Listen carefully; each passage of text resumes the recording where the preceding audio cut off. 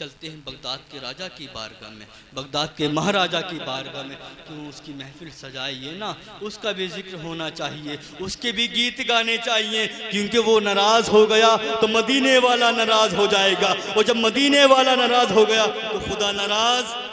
तो हमें किसी को नाराज़ नहीं करना है, न बरेली के ताजदार को नाराज़ करना है, न बगदाद के राजा को नाराज़ करना है, न मदीने के महाराजा को नाराज़ करना है। हमें किसी को नाराज़ नहीं करना है, हमें सबके गीत गाने हैं, हमें सबको मानना है, हमें सबके गीत गाने। और सिद्क़ दिल से मानो लोगों, ज़िंदगी में सुकून मिल जाएगा, ज़िंदगी में सुकून बर्पा हो जाएगा। बगदाद के राजा के दौर में एक अब्दुल जब्बार नाम का शख्स रहा करता था, अब्दुल जब्बार नाम का। आज हम महफिल सजाते हैं ना वो उसकी, आज हम महफिल सजाते हैं तो साल में सजाते हैं। अब बगदाद के राजा की बारगाह में चलते हैं, उनका मुरीद जब महफिल सजाया करता था ना, तो हर हफ्ते सजाया करता था, हर महीना सजाया करता था, हर साल सजाया करता था, और खूब मोहब्बतों के साथ में लोगों की दावतें भी किया करता था। गरीबों मिस्कीनों को अपने घर बुलाता था और अपने घर पर खाना खिलाता था, दस्तरखान पर बिठालता था, बड़ी मोहब्बतें पेश किया करता था, बड़ी मोहब्बतों के साथ में लोगों के साथ में पेश आया करता था, बहुत मोहब्बतें दिखाया करता था। अब एक दिन ऐसा हुआ, उसने अपने घर पर एक दिन नबी की तारीफ तौसीफ कराई, अपने पीर की तारीफ तौसीफ कराई।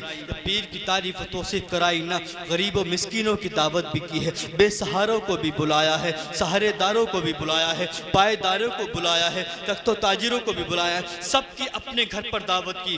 दावत करने के बाद में सब लोग आ गए। आ जाने के बाद में लोगों ने खाना खाया। खाना खाने के बाद में अब ये कहने लगे, बोले खाना तो खा रहे हो लेकिन महफिल भी सुन के जाना, रसूल की तारीफ तौसीफ भी सुन के जाना, नबी की तारीफ तौसीफ भी सुन के जाना, पीर की तारीफ तौसीफ भी सुन के जाना। खाना खा लो लेकिन खाने के बाद में बैठ ज़रूर जाना।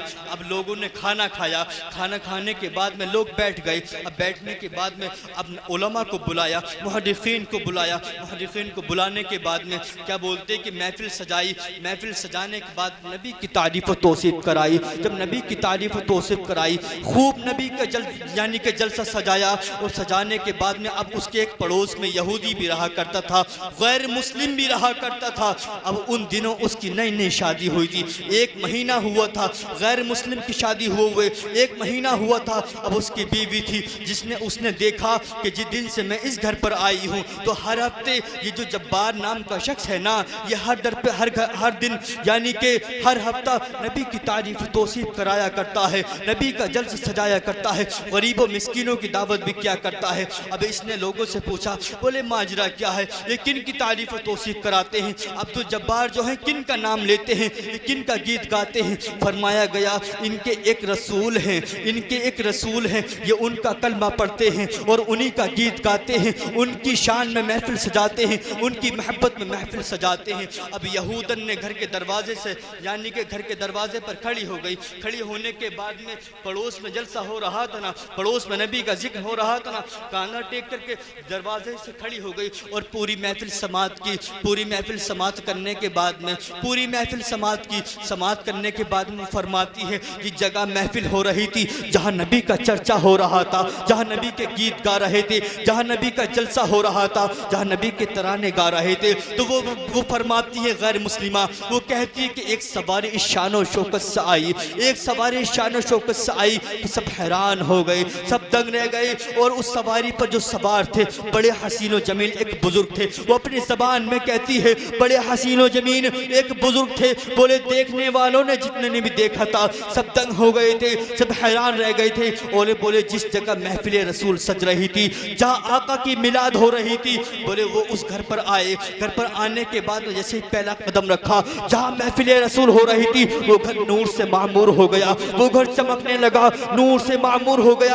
और फरमाया गया वो सूरज की तरह मिसल हो गया था, वो तारों की तरह मिसल हो गया था, इतना चमक रहा था, बेतादाद चमक रहा था। अब वो खातून बयान करती है, वो गैर मुस्लिमा फरमाती है, जब वो बुजुर्ग उसके घर पर आए तो वो घर नूर से मामूर हो गया। जब वो बुजुर्ग उस घर से जाने लगे तो घर जैसा था फिर वैसा ही हो गया। जब जैसा ही हो गया तो बोले उनके हमराइयों में से, उनके साथियों में से मैंने एक से पूछ लिया, अरे भैया, ये जो सवारी पर सवार हैं ये बड़े हसीनो जमील हैं, बड़े खूबसूरत हैं, इनका नाम तो बता दो, इनका नाम क्या है, कहाँ के रहने वाले हैं, और ये कितने हसीनो जमील हैं, इतने हसीनो जमील मैंने आज तक कोई ऐसा इंसान ना देखा, आज तक कोई ऐसा शख्स ना देखा, बड़े हसीनो जमील हैं, बड़े खूबसूरत हैं, भैया इनका नाम तो बता दो। वो फरमाते नादान तो इन्हें नहीं जानती। बोले भैया नहीं जानती। बोले सच में नहीं जानती। बोले सच में नहीं जानती। तो वो फरमाते सुन ले,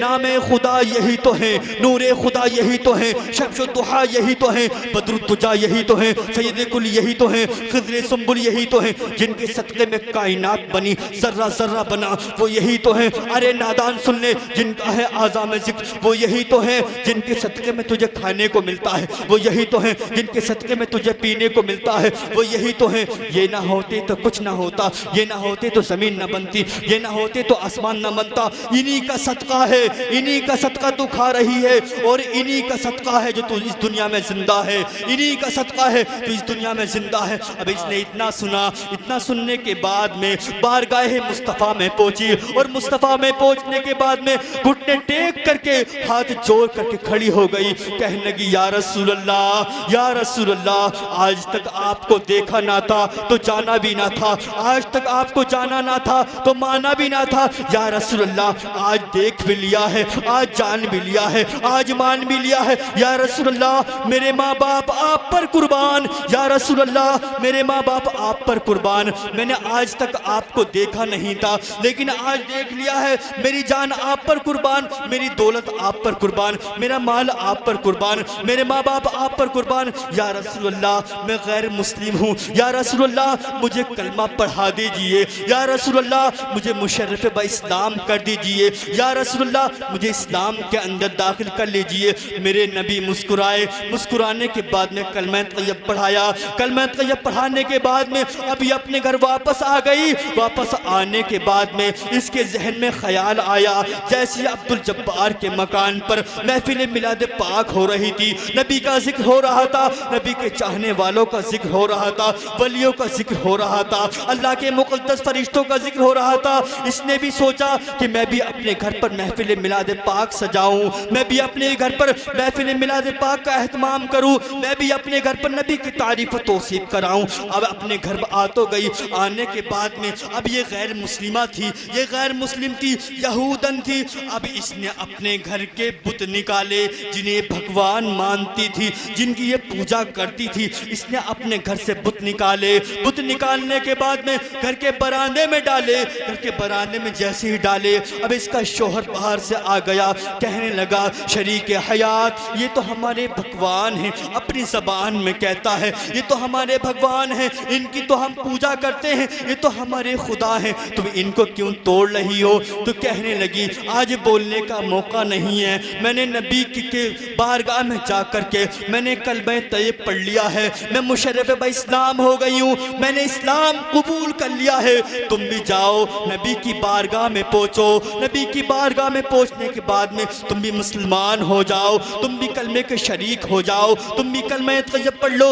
अब इन्होंने कहा, बोले मेरी शरीक हयात, जब तुमको नबी कलमा पढ़ा रहे थे, साइड से मुझे भी बुला रहे थे और फरमा रहे थे नादान, तेरी बीबी कलमा तैयब पढ़ रही है, तेरी बीबी इस्लाम के अंदर दाखिल हो रही है, तो तुझको भी चाहिए तू भी कलमा तैयब पढ़ ले, तुझको भी चाहिए तू भी इस्लाम के हल्के में दाखिल हो जा, तुझको भी चाहिए तू भी मुशर्रफ ब इस्लाम हो जा। तो उसका शोहर कहता है कि मैंने भी आका अली कसरात व तस्लीम के हाथों में हाथ दे करके कलमा तैयब पढ़ लिया है और मैं भी मुसलमान हो गया हूँ। दोनों मुसलमान हो गए, दोनों ने इस्लाम कबूल कर लिया।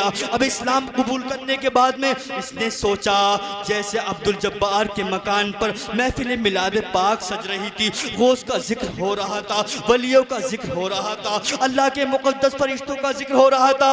अब इसने भी सोचा कि मैं भी अपने घर पर जिक्र कराऊंगा, मैं भी अपने घर पर जिक्र कराऊंगा। अब इसने गरीबों मिस्कीनों की दावत की, बेसहारों की दावत की, बेसहारों को बुलाया, बुलाने के बाद में लोगों को बुलाने के बाद में खाना खिलाया और नबी की तारीफ तौसीफ बयान की और खूब मोहब्बतें पेश की, जिसकी मंजर कशी बरेली के ताजदार अजीमुल बरकत मुजद्दिद दीन व मिल्लत शाह इमाम अहमद रजा खान फाजले बरेलवी बरेली की सरजमी पे मंजरे इस्लाम की सरहदों में बैठने के बाद में यूं फरमाते हैं, या रसूल अल्लाह, या रसूल अल्लाह, वाह क्या जूदो करम है, शहीबत हाथ तेरा नहीं सुनता ही नहीं, मांगने वाला तेरा, अरे धारे चलते हैं आता के वो है कतरा तेरा, तारे खिलते हैं सखा के वो है जर्रा तेरा, अरे फर्श वाले तेरी शौकत का उलू क्या जाने, खुसरवा अर्श पे उड़ता है फरेरा तेरा, या रसूल अल्लाह तूने दीन दिया, या रसूल अल्लाह तूने इस्लाम दिया, या रसूल अल्लाह तूने कलमा दिया, या रसूल अल्लाह तूने जमात में किया, अब कोई कैसे फिरे आतिया तेरा, अब कोई कैसे फिरे आतिया तेरा। अब आला हजरत खामोश हुए, आला हजरत खामोश हुए ना तो बरेली के आला हजरत के पोते मेरे पीरो मुर्शिद हुजूर अख्तर रजा खान फासले बरेलवी पुकार उठे, जहां बानी आता कर दे, भरी जन्नत हिबा कर दे, अरे नबी तो मुख्तारे कुल है, जिसको जो चाहे आता कर दे, जहां में उनकी चलती है, अरे वो दम में क्या से क्या कर दे, जमी को आसमां कर दे, सुरैया को सरा कर दे। अब इनके मुरीद पुकार उठे, इनके मुरीद फरमाते हैं, अरे नबी ये आजम ने इस जहां में पयाम मौला सुना के छोड़ा, अरे जो झुक रहे थे बुतों के आगे खुदा के आगे झुका के छोड़ा, और उमड़ते गुस्से में चूर जिस दम चले थे आका को कत्ल करने, अरे निगाहे लुत्फो करम पड़ी तो उन्हें भी कलमा पढ़ा के छोड़ा। सुभान अल्लाह, बहुत खूब। निगाहे लुत्फो करम पढ़ी तो उन्हें भी कलमा पढ़ा के छोड़ा। फरमाया गया कि जुल्फ देखी है कि नजरों ने घटा देखी है, लुट गया जिसने मोहम्मद की अदा देखी है।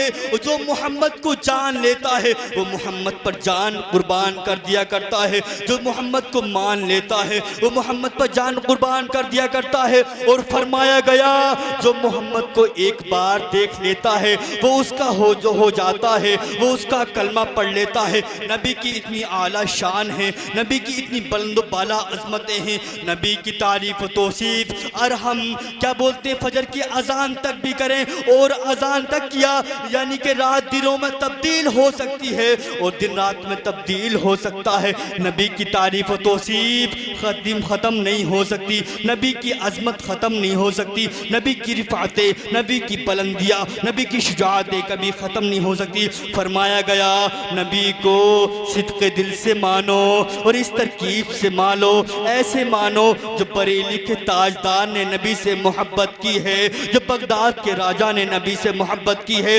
फरमाया गया इस तरकीब से नबी को तुम मानोगे, तुम्हारी दुनिया भी सवर जाएगी, आखिरत भी सवर जाएगी, और दुनिया में सुकून मिल जाएगा और आखिरत में नबी पाक सल्लल्लाहु अलैहि वसल्लम अपने दस्ते मुबारक से आपका दस्त पकड़ेंगे और फरमाएंगे मेरे उम्मती, मेरे चाहने वाले, चल जन्नत की तरफ चल, चल जन्नत की तरफ चल। नबी फरमाएंगे बता जन्नत में कौन सा मकान रहना चाहता है तू, कौन से मकान में तू रहेगा। और फरमाया गया जो नबी को सच्चे दिल से मान लेता है, जो नबी पर जान कुर्बान कर देता है, नबी उसके हो जाते हैं, और जो नबी का हो जाता है नबी भी उसके हो जाते हैं, और जिसके नबी हो जाते हैं खुदा उसका हो जाता है, और जिसका खुदा हो जाता है फिर उसे जन्नत नबी अता कर देते हैं। सुभान अल्लाह, बहुत खूब, माशाअल्लाह।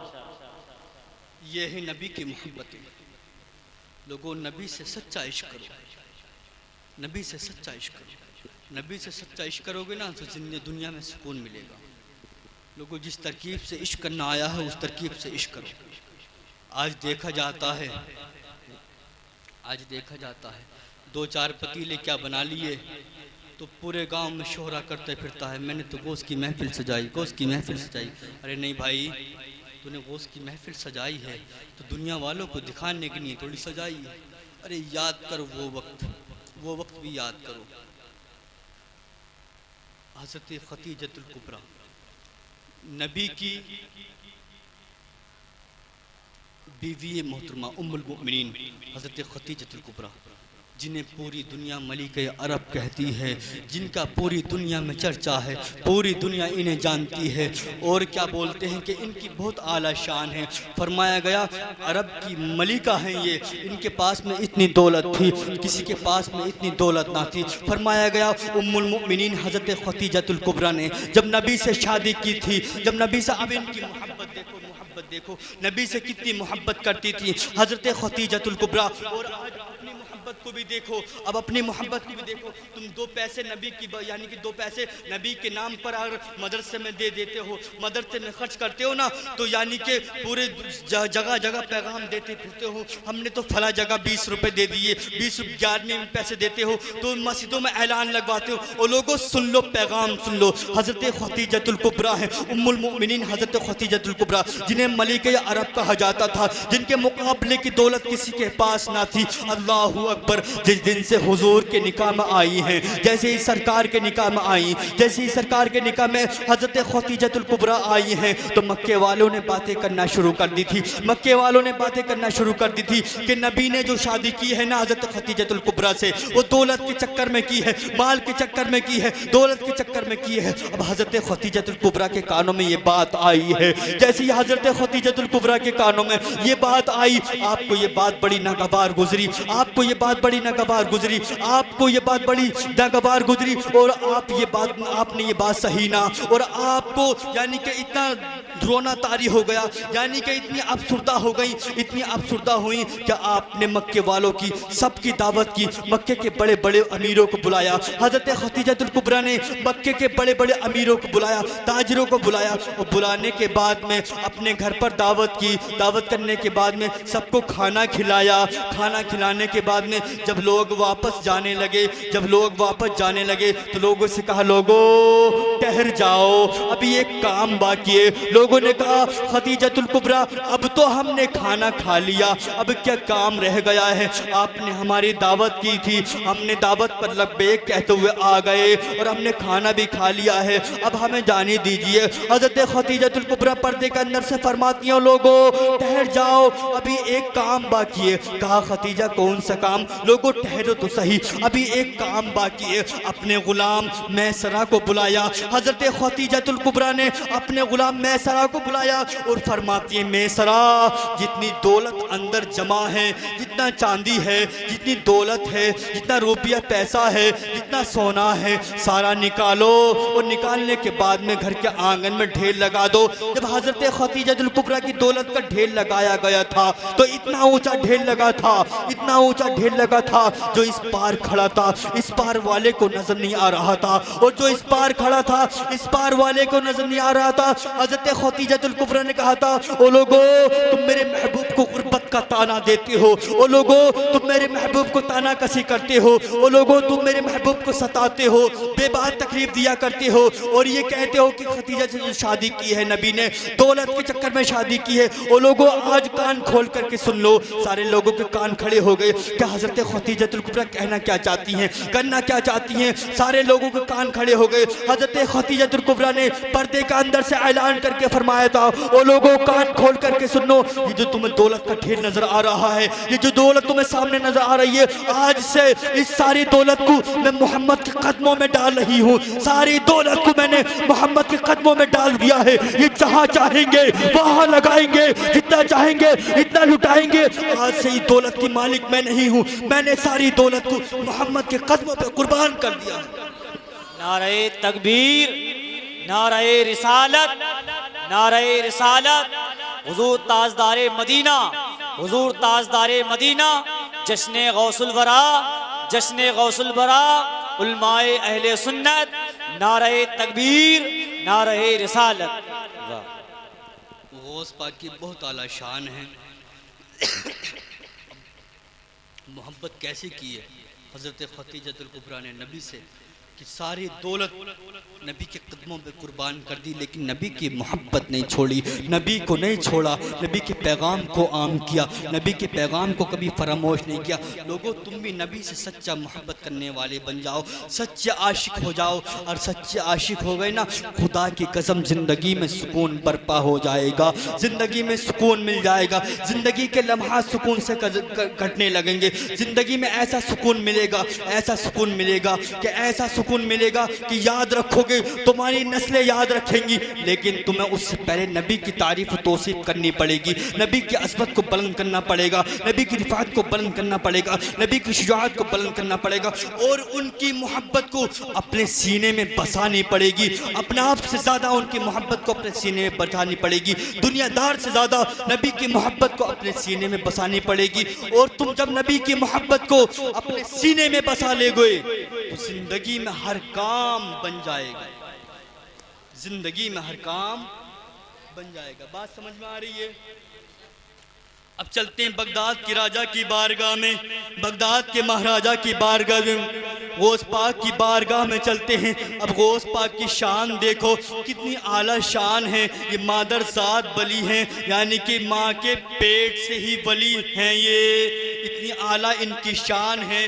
अल्लाह ने बहुत बड़ा इनका मर्तबा बुलंदो बाला किया है, यानी कि इतना ऊंचा मर्तबा किया है, ज़माने में कोई दूसरा पैदा ना हुआ है, क़यामत तक भी दुनिया रहेगी जब भी दूसरा सानी पैदा ना होगा। बहुत आला शान है। एक दिन गौस पाक के मुरीद ने इनकी गौस पाक की दावत की, और दावत करने के बाद में अपने घर पर लेकर के गया। ले जाने के बाद में फरमाया, गौस पाक जैसी दस्तरखान पर बैठने के लिए जा रहे थे, फरमाया हुजूर थोड़े हाथ धो लीजिए, हुजूर हाथ धो लीजिए। अब गौस पाक हाथ धोने के लिए जैसे ही उठने के बाद में अब गुलाम ने लोटा भरा, लोटा भरने के बाद में हाथों पे डाल रहा है, हाथों पे डाल रहा है। अब गुलाम की मोहब्बतें देखें और गौस की मोहब्बतें देखें, इधर पीर की मोहब्बतें देखें, उधर मुरीद की मोहब्बतें देखें। पीर को मोहब्बत कितनी मुरीद से, और मुरीद को मोहब्बत कितनी अपने पीर से। अब सुने, गौस पाक की जैसे ही दावत की मुरीद ने, गौस पाक फरमाते हैं क्या मेरी अकेली दावत करोगे या दूसरों की भी दावत करोगे? फरमाया हुजूर जैसा आप चाहें, जिसे आप लाना चाहें घर पर ले आएं। मेरे गौसे पाक जो है अब घर पर चले गए। जैसे ही उसके घर पर चले गए ना, जाने के बाद उसने कहा हुजूर हाथ धो लीजिए। अब गौस पाक हाथ धोने लगे। गुलाम ने लोटा भरा, लोटा भरने के बाद में हाथों पे डालने लगा। मेरे गौसे पाक हाथ धो रहे हैं, एक लोटा पूरा हो गया, हाथ नहीं धुले। दूसरा लोटा पूरा हो गया, फिर भी हाथ ना धुले। तीसरा लोटा पूरा हो गया, फिर भी हाथ ना धुले। अब ये गुलाम हैरत में था, परेशान था, डिप्रेशन में पहुंच गया। बोले इतने लोटे पानी खर्च हो गया, यानी कि 3 लोटे बहा दिए, तब भी हुजूर के हाथ नहीं धुले, यानी कि पीर के हाथ जब भी नहीं धुले। फरमाया गया अभी इनने और पानी डाला, फिर चौथा लोटा भी पूरा हो गया। 5वां लोटा डाला। अब 5वां लोटा डालने के बाद में अब जैसे ही पूरा ख़त्म हुआ, हुजूर ने फरमाया, वो पाक फरमाते हैं बस अब रुक जाओ। जैसे ही वो पाक ने हाथ धोना बंद किए, बंद करने के बाद में दस्तरखान पर बैठे आकर के फरमाया गया, मुरीद ने कहा वो से पाक मेरे पीर ज़रा इतना फरमाइए, माजरत के साथ मैं पूछना चाहता हूँ, हुजूर ज़रा इतना फरमाइए, इतना बता दीजिए। बोले हुजूर हाथ तो आधे लोटे में भी धुल जाते, आधे लोटे में भी धुल जाते, 1 लोटे में भी धुल जाते, लेकिन आपने तो 5 लोटे पानी बहा दिया, 5 लोटों में हाथ धुलाया आपका। तो गौस पाक फरमाते हैं मैं जिसका खाता हूँ उसके गीत भी गाता हूँ। फरमाया गया मैंने हालत कष्ट में तेरा नाम लौहे महफूज पर जहन्नमियों में लिखा हुआ देखा था। जब तू मेरे हाथों पे पानी डाल रहा था तो मैं तेरे गुनाह साफ कर रहा था, मैं तेरे गुनाह धो रहा था, मैं तेरे गुनाहों को साफ कर रहा था। तो फरमाया गया गौस पाक की इतनी आला शान है कि अपने मुरीद को जहन्नम से निकाल करके जन्नत में डाल दिया और जन्नत के दरवाजे पर नाम लिखवा दिया। गौस पाक की इतनी आला शान है, उनकी बहुत बड़ी रिफातें हैं, बहुत बड़ी बुलंदियां हैं, गौस पाक की बहुत आला शान है। लोगों हमें अपने अपने घरों पर गौस की 11वीं कराना चाहिए, बाहर मुअर्रिखीन ने लिखा है, कोई मुश्किल आए तब 11वीं कराया करो, कोई परेशानी आए तब 11वीं कराया करो, कोई मुश्किल मकाम आए तब 11वीं कराया करो। और आगे फरमाते हैं और आगे लिखते हैं, फरमाते हैं तुम्हारे घर में बच्चे की विलादत हो तब 11वीं कराओ, अगर शादी का मंजर हो तब 11वीं कराओ, अगर कोई खुशी का मकाम हो तब 11वीं कराया करो। फरमाया गया तुम गौस को याद करोगे, गौस तुम्हें याद करेंगे। अगर जिसने गौस को याद कर लिया तो लोगों उसने मदीने वाले को याद कर लिया। जिसने गौस को याद कर लिया और गौस ने जिसे अपना बना लिया, जिसे गौस ने अपना बना लिया, अपना कह दिया, तो फिर वो मदीने वाले का हो जाता है। और जो मदीने वाले का हो जाता है फिर खुदा का हो जाता है, और जो खुदा का हो जाता है उसका ठिकाना जन्नत में हो जाता है। सुभान अल्लाह, सुभान अल्लाह, बहुत खूब, माशाअल्लाह। इतनी आला शान है गौस पाक की, बात समझ में आ रही है? मदीने वाले की भी बहुत आला शान है, बगदाद के राजा की भी बहुत आला शान है, बरेली के ताजदार की भी बहुत आला शान है। तीनों की मोहब्बत को अपने दिलों में सच्चाई के साथ अपने दिलों में बसा लो। खुदा की कसम जिंदगी में कभी गैर की ठोकरों पर नहीं जाओगे, दरबा दर नहीं भटकोगे, इधर नहीं जाओगे। जो नबी से मोहब्बत कर लेता है फिर वो जो उनका हो जाता है फिर वो उसे अपना बना लेते हैं। तो जिसे नबी अपना बना लेते हैं फिर उसे गैर की ठोकरों पर नहीं जाने देते। तो हमें नबी से सच्ची मोहब्बत करना चाहिए, हमें नबी से सच्चा इश्क करना चाहिए, मदीने वाले से सच्चा इश्क करना चाहिए। लोगों माँ बापों को भी अदब व एहतराम किया करें। आजकल देखा जा रहा औलाद बड़ी सता रही है, माँ बापों को बहुत तकलीफ देती है और कहती है हमारे बाप ने हमारे लिए करा ही क्या है, हमारे बाप ने हमारे लिए छोड़ा ही क्या है, हमारे बाप ने हमारे लिए करके ही क्या दिया। और नादान सुन ले, अगर तू ये कहता है ना तेरे बाप ने तेरे लिए क्या किया है तो सुन ले। फिर अगर तू ये कहता है कि हमारे बाप ने हमारे लिए कुछ नहीं करा है, अगर तू बाप को गालियाँ बकता है, बाप की अजमतों को पामाल करता है तो सुन ले, बाप का मर्तबा बहुत आला है, माँ का मर्तबा बहुत आला है। मैं तो ये कहना चाहता हूँ जो बच्चे ये कहते हैं ना हमारे बाप ने हमारे लिए छोड़ा ही क्या है, हमारे बाप ने हमारे लिए करा ही क्या है, या क्या हमें दे करके गए हैं, तो सिर्फ उन्हें ये पैगाम देना चाहता हूँ। जो लोग कहते हैं माँ बाप की इस्मतों को पामाल करते हैं, माँ बाप की अजमतों को नीलाम करते हैं, माँ बाप की रिफायतों को नीलाम करते हैं, माँ बाप को नहीं मानते, उन लोगों से मैं कहना चाहता हूँ सिर्फ आधार कार्ड से बाप का नाम हटा दे, फिर देख जी क्या मिलेगा। फिर तू देख, फिर आगे बढ़कर देख। तू कहता ना कि बाप ने हमारे लिए करा ही क्या है, तो मैं सिर्फ उन लोगों को ये पैगाम देना चाहता हूँ, कुछ मत हटाओ, सिर्फ बाप का नाम वल्दियत, बाप का नाम यानी कि वल्दियत आधार कार्ड से जुदा कर दो, आधार कार्ड से हटा दो, फिर उस आधार कार्ड को कहीं चिपकाओ, फिर चला के देखो, तुम्हें पता चल जाएगा बाप की अजमतें क्या हैं, बाप की बुलंदियाँ क्या हैं, बाप की रिफातें क्या है, तुम्हें फिर मालूम हो जाएगा कि बाप कौन होता है। हटा के तो देखो, बगैर बाप के तो कोई कागज भी पूरा नहीं है, बगैर बाप के तो यानी कि क्या बोलते हैं कि दाखिला भी नहीं होता कॉलेजों के अंदर जब तक बाप का नाम ना लिया जाएगा। वल्दियत पहले नाम बोला जाएगा, फिर बल्दियत, बोले बल्दियत क्या है, बच्चे का नाम क्या है, नाम लिखा जाएगा, फिर उसके बाद में क्या कहते हैं वल्दियत। अब जब तुम बाप को नहीं मानते हो तो वल्दियत तुम लिखवाया करो जी। बाप का, अब तो माँ का भी नाम शामिल हो गया, माँ बाप का नाम भी शामिल हो गया, खाली बाप का नाम नहीं, बोले अब तो माँ बाप का नाम भी दोनों का साथ चल लिया। और तुम लोग माँ बाप को नहीं मानते। नबी फरमाते हैं वला तकुल्लाहुमा उफ, इन्हें उफ तक ना कहो, किन्हें, माँ बाप को, वला तकुल्लाहुमा उफ, इन्हें उफ तक ना कहो। फिर फरमाते हैं वकुल्लाहुमा कौलन करीमा, और इनके साथ में भलाई का मामला किया करो, भलाई के साथ में पेश आया करो। नबी फरमाते हैं इनकी इज्जतें तुम्हारे लिए इनकी इज्जतें लाजिम हैं, इनकी इज्जतों किया करो, इनकी इज्जतों को पामाल ना किया करो, इनकी बुलंदियों को पामाल ना किया करो, इनकी इज्जतों को जानो। अगर तुम इन अपने आप में कामों में कामयाब होना चाहते हो, जिंदगी में कामयाब होना चाहते हो, जिंदगी में सुकून चाहते हो तो माँ बाप की दुआएं ले लिया करो। माँ बाप अगर दुआ कर दे, नबी फरमाते हैं मेरी दुआ जैसे मेरी उम्मत के लिए कबूल होती है, ऐसी माँ बाप की दुआ उसके बेटों के लिए होती है। जब नबी की दुआ जब रद्द नहीं होती तो माँ बाप की भी दुआ बेटों के हद में रद्द नहीं होती। हमें चाहिए माँ बाप की बढ़ चढ़कर खिदमतें करें। लोगों माँ बाप की खिदमतें किया, सुभान अल्लाह, सुभान माँ बाप की अल्लाह। खिदमतें किया, इनकी बहुत आला शान है, बहुत आला शान है।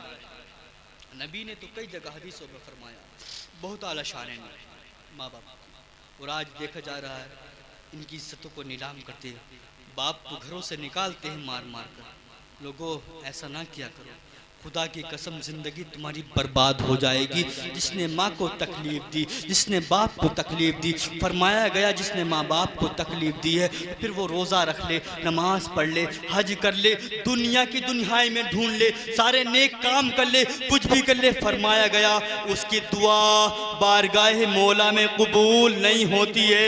और फरमाया गया जिससे माँ बाप राज़ी, जिससे बाप राज़ी, जिससे माँ राज़ी, माँ की बारगाह में आ जाए, बाप की बारगाह में आ जाए और मुस्कुराकर देख ले, सलाम कर ले, नबी फरमाते हैं एक हज मकबूल का सवाब उसे दे दिया जाता है। मकबूल किए हुए हज का सवाब उसे दे दिया जाता है। अब लगाइए हम हज करने के लिए जाते हैं, हमें मालूम नहीं हमारा हज कबूल हुआ या नहीं हुआ, हमें मालूम नहीं हमारा हज कबूल हुआ बारगाह मौला में या नहीं हुआ। नबी फरमाते हैं अपने माँ बाप को मोहब्बत भरी निगाहों से देख लो और माँ को सलाम कर दो, बाप को सलाम कर दो। फरमाया गया और माँ बाप मुस्कुरा गए और तुमने भी मुस्कुरा के देख लिया तो एक हज मकबूल का सवाब तुम्हें दे दिया जाएगा। सुभान अल्लाह, सुभान अल्लाह। नारे तकबीर, नारे रिसालत, नारे रिसालत। हुजूर ताजदारे मदीना, अज़मते वालिदैन, अज़मते वालिदैन, उलमाए अहले सुन्नत, नारे तकबीर, नारे रिसालत। वाह वाह। अब आगे चलते हैं, टाइम ज़्यादा तो नहीं हुआ, ख़त्म कर दें, ख़त्म कर दें या अभी और बोलें, अभी और बोलें, अभी और बोलें? बात समझ में आ रही है ना? तो बोलो सुभान अल्लाह। नबी की तारीफ तो पूरी रात भी होती रहे तब भी लोग सुनते ही रहते हैं, समझ लो नहीं, ये मोहब्बतें यहाँ के लोगों की। और मैंने सुना है कि बदाइयों के लोग भी बड़ी मोहब्बत किया करते हैं उलमा से और बड़ी तारीफ़ तौसीब उलमा की किया करते हैं, मैंने सुना है बड़ी मोहब्बतें किया करती हैं। और अपने घरों पर नबी की महफिल भी सजाया करती हैं, गरीबों मिस्किनों की दावतें भी किया करती हैं। बहुत अच्छी बात है, ऐसी मोहब्बतें आप अपनी रखो, ज़िंदगी में सुकून मिल जाएगा, ज़िंदगी में कामयाब हो जाओगे। आगे चलते हैं। आज देखा जाता है बहनों को भाई बहुत तकलीफ़ देते हैं, ये भी बात सुने, आजकल बहनों को भाई बहुत तकलीफ़ देते हैं। अब तकलीफ़ कब देते हैं? जब माँ बाप का इंतकाल हो जाता है ना तो ये भाई बहुत तकलीफ़ देते हैं। याद रखो मुसलमानों, मौलवी हो, डॉक्टर हो, इंजीनियर हो, वकील हो, कुछ भी हो, बेटियों का हक निकाला करो। बेटियों का हक तुम पर फ़र्ज है, लाजिम है, ज़रूरी है। जब तुम बेटों का हिस्सा निकाला करो, बेटों को विरासत तकसीम किया करो तो बेटियों के हिस्से को भी निकाला करो ताकि तुम्हारे बाद मरने के अपना हक जता करके वो अपने मायके आ सके, अपने बच्चों को लेकर के, अपने शोहर को लेकर के। लेकिन देखा जाता है बाप भी तकसीम जब दौलत करता है, विरासत बांटता है, जायदाद बांटता है तो बेटों में रहने देता है, बेटी को नहीं देता। लोगों बेटी को भी दिया करो ताकि तुम्हारी बेटी ये रुस्वा ना हो, जलील ना हो। हम देखते हैं बड़ी जलीलो ख्वार ये बेटियां हो रही हैं आज की, समझ रहे नहीं? ये भाई बहुत तकलीफ देते हैं। आज इससे हया नहीं आती। याद कर उस वक्त को, याद कर जब तू परदेश से आया करता था, जब तू परदेश से काम कर कर आया करता था। जब तू काम कर कर आता था ना, तो तेरे भाई भी तेरी जेब की तरफ दौड़ा करते थे, तेरे बच्चे भी तेरी जेब की तरफ दौड़ा करते थे, तेरी बीवी भी तेरी जेब की तरफ दौड़ा करती थी, सब तेरी जेब की तरफ दौड़ा करते थे कि आज आ गया है, अब्बा जान आ गए हैं, शोहर आ गए हैं और भाई आ गया है, आज चलो देखते हैं क्या क्या लाया है। सब तेरी जेब की तरफ दौड़ा करते थे।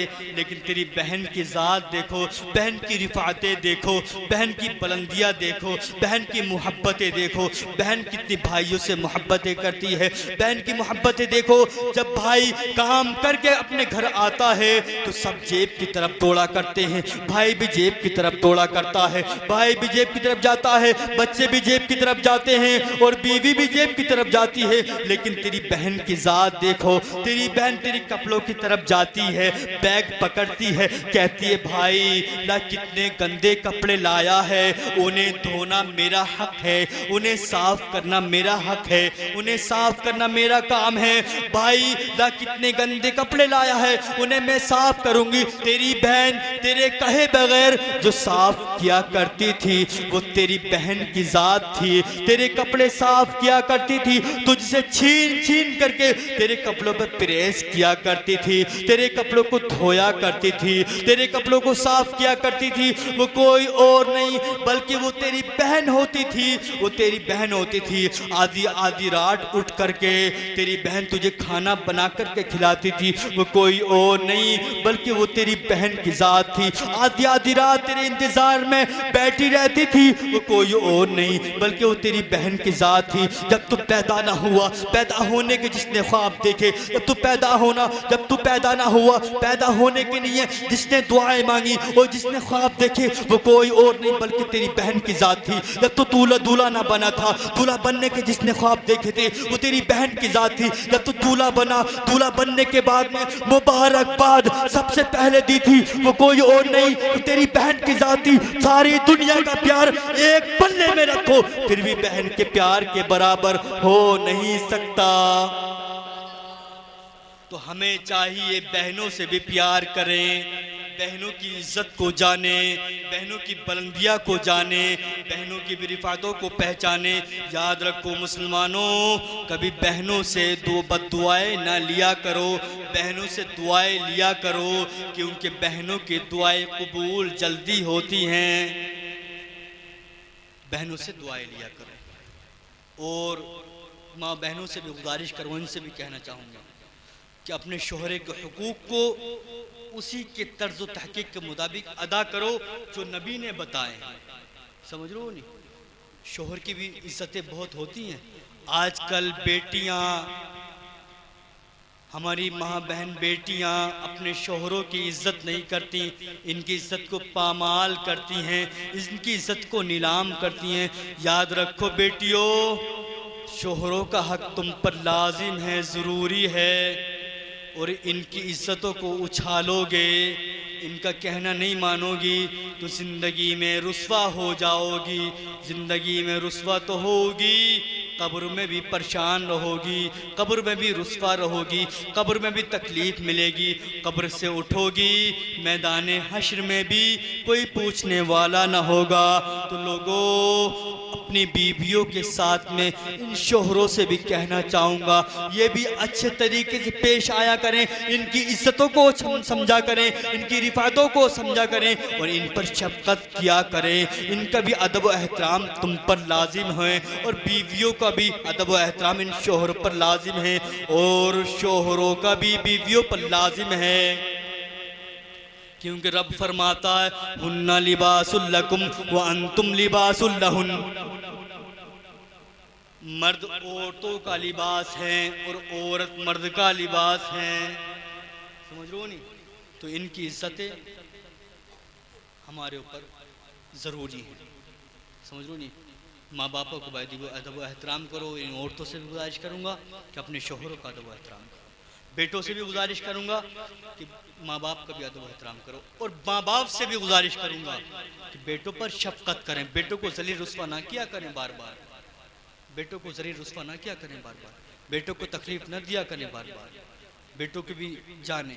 और अपने एक बेटे को ज़रूर, एक बात बस आखिरी बात है, बाकी तकरीर इख्तिताम पर, अपने बेटे को कम से कम कुरान का कारी ज़रूर बना लो, इस काबिल बना लो कि तुम्हारे घर में फातिहा दुरूद वो खुद पढ़ सके, इस काबिल बना लो तुम्हारी नमाज जनाजा खुद पढ़ा सके। किसी इमाम के मोहताज ना बनो, किसी हाफिज़ कुरान के मोहताज ना बनो। अपने बच्चों को हाफिज़ कुरान बनाओ, अपने बच्चों को आलिम दीन बनाओ, और आलिमों से मोहब्बत भी किया करो, इन उलमा से मोहब्बत किया करो। ये आलिम जो होते हैं ना, ये हमारे सर के ताज होते हैं, ये इमाम जो होते हैं ना, हमारे सर के ताज होते हैं। मौलाना जाहिद साहब यहाँ बैठे हैं, ये तुम्हारे सर के ताज हैं। इनकी इज्जतें, इनकी अजमतें तुम्हारे ऊपर ज़रूरी हैं, इनकी इज्जतें किया करो, इनकी अजमतों को पामाल ना किया करो। इसलिए नबी फरमाते हैं वल्लज़ीना ऊतुल इल्म दरजात, वो आलिमों के दर्जे को बुलंद फरमाएगा। फर्राफ़िउहु वल्लाहु, उसको बुलंद करने वाला अल्लाह है। फमन यदअहु, जो उसको गिराएगा, यदअहु अल्लाहु फी जहन्नम, अल्लाह उस शख्स को जहन्नम में गिरा देगा। फरमाया गया जो आलिमों की तौहीन करता है, जो हाफिजों को बुरा कहता है, जो उलमा को बुरा कहता है, जो आलिमों की तौहीन करता है, जो आलिमों को हकीर समझता है, करीम आका फरमाते हैं रब तबारक व तआला उसे जहन्नम में डाल देगा। और फरमाया गया जहन्नम में कौन सी जगह डालेगा? तीसरे तबके में डालेगा। और उस तबके में पहले तबके का खून पीप दूसरे तबके में आएगा, जहन्नमियों का खून पीप दूसरे तबके में आएगा, पहले तबके से, और दूसरे तबके से तीसरे तबके में जाएगा। फरमाया गया जो आलिमों की तौहीन करते हैं उसे तीसरे तबके में डाला जाएगा। अल्लाहु अकबर। अब बताओ, पहले तबके का खून पीप दूसरे तबके में, दूसरे तबके का खून पीप गली जो भी तीसरे तबके में, उस तबके में आप जाओगे नहीं। ऐसा कभी मत करना, उलमा की तौहीन मत करना, कभी उलमा को हकीर मत समझना। अल उलमा वरसतुल अंबिया, या उलमाए इकराम अंबिया इकराम के वारिस हुआ करते हैं। इनकी कभी तौहीन मत करना, इनकी इज्जतों को पामाल मत करना, इनकी इज्जतों को समझना, ज़िंदगी में सुकून मिल जाएगा। और अपने बच्चे को कुरान का कारी ज़रूर बना लो, एक बच्चे को कुरान का कारी बना लो, ताकि तुम बेबसी की मौत से बच जाओ। यानी कि बेबसी की मौत से तुम्हारी जब नफ्सी नफ्सी का आलम हो, कोई पुरसाने हाल ना हो। अगर तुम्हारा एक बेटा कारी कुरान हुआ, जब कारी कुरान तुम्हारा बेटा होगा ना, हाफिज कुरान होगा या आलिम दीन होगा, तुम बेबसी की मौत नहीं मरोगे। अपने एक बेटे को कुरान का कारी बना लो, आलिम दीन बना लो, आलिम बाअमल बना लो, ताकि तुम बेबसी की मौत ना मर सको, बेबसी की मौत ना मर सको। फरमाया गया जो अपने बेटे को कुरान का कारी बना लेते हैं, आलिम दीन बना लेते हैं, हाफिज कुरान बना लेते हैं, जब उनका नज़ा का वक्त होता है, नफ्सी नफ्सी का आलम होता है, कोई उस वक्त में जब पुरसाने हाल ना होता है, तो ये तेरा बेटा अगर हाफिज कुरान हुआ, आलिम दीन हुआ, तो ये सूरे यासीन पढ़कर सुनाएगा, सूरे इखलास पढ़कर सुनाएगा, ये दुरूद पाक पढ़ पढ़ करके पानी पे फूक फूक करके चमचे से तेरे मुंह में डालेगा। फरमाया गया जब तेरा बेटा हाफिज कुरान हुआ, तुझे सूरे यासीन पढ़ करके सुनाएगा, तो तेरी जिंदगी जो आखिरी हो रही है, इख्तिताम पर जो पहुंच रही है, आखिरकार मौत है, मरना तो लाजिम है, जरूरी है, मौत आएगी,